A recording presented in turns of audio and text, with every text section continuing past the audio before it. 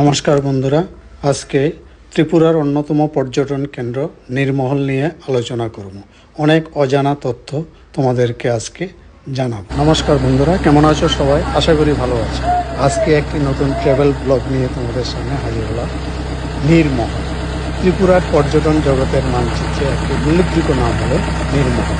ত্রিপুরার মহারাজাদের অন্যতম স্থাপত্য কীর্তি রুদ্রসাগর বা রুদিজলার মাঝখানে তৈরি করা এই নীরমহল। চারিদিকে অপূর্ব জলরাশি, জলের ঢেউ পর্যটকদের বারবার আকর্ষণ করে এখানে আসে। আগরতলা থেকে দূরত্ব 53 কিলোমিটার মেলাগড় পর্যন্ত, আর মেলাগড় থেকে কিছুটা রাস্তা জলপথে নীরমহলে যেতে হয়। সময় লাগে 15 থেকে 20 মিনিটের মতো। টিকিট 50 টাকা আসা যাওয়া নৌকার ভাড়া, আর ভিতরে দেখার জন্য 30 টাকা।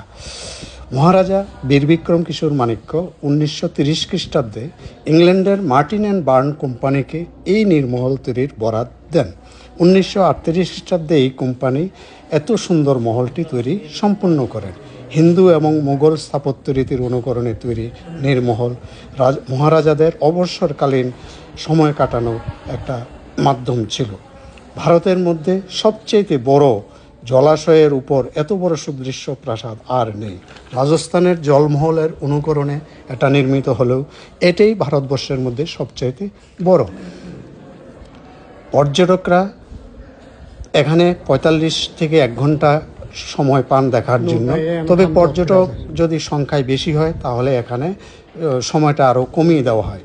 রাজারানীর নৌকাঘাট, সাধারণ নৌকাঘাট, রাজারানীর শয়নকক্ষ, স্নানের ঘর, কনফারেন্স হল, ঝলসা ঘর সহ অনেক রুম রয়েছে।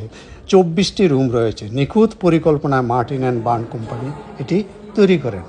বিশেষ করে গ্রীষ্মকালীন সময়ে মহারাজা এবং তার পরিবার নিয়ে এখানে অবসর সময় কাটাতে আসতেন। ভিতরে বাগান রয়েছে, পাশে বারান্দা, এবং ছোটোবেলায় আমার বাড়িও এখানে কাছাকাছি। আমি ছোটোবেলায় দেখেছি কি সুন্দর রঙিন কাজ, বড় বড় ঝাড়বাতি, কি সুন্দর দরজা জানালা, যদিও এগুলি এখন নেই। পরবর্তীকালে ত্রিপুরা ট্যুরিজম ডিপার্টমেন্ট এটি সংস্কার করে এবং নীরমহলের দায়িত্ব নেয়। নীরমহলে লাইট অ্যান্ড সাউন্ড শো হয়, রুদ্রসাগরে নৌকাবাজ, সাঁতার প্রতিযোগিতা দূর দূরান্ত থেকে পর্যটকদের আকর্ষণ করে। আবার এই রুদিজলার মাছের স্বাদ অপূর্ব, ত্রিপুরা বিখ্যাত।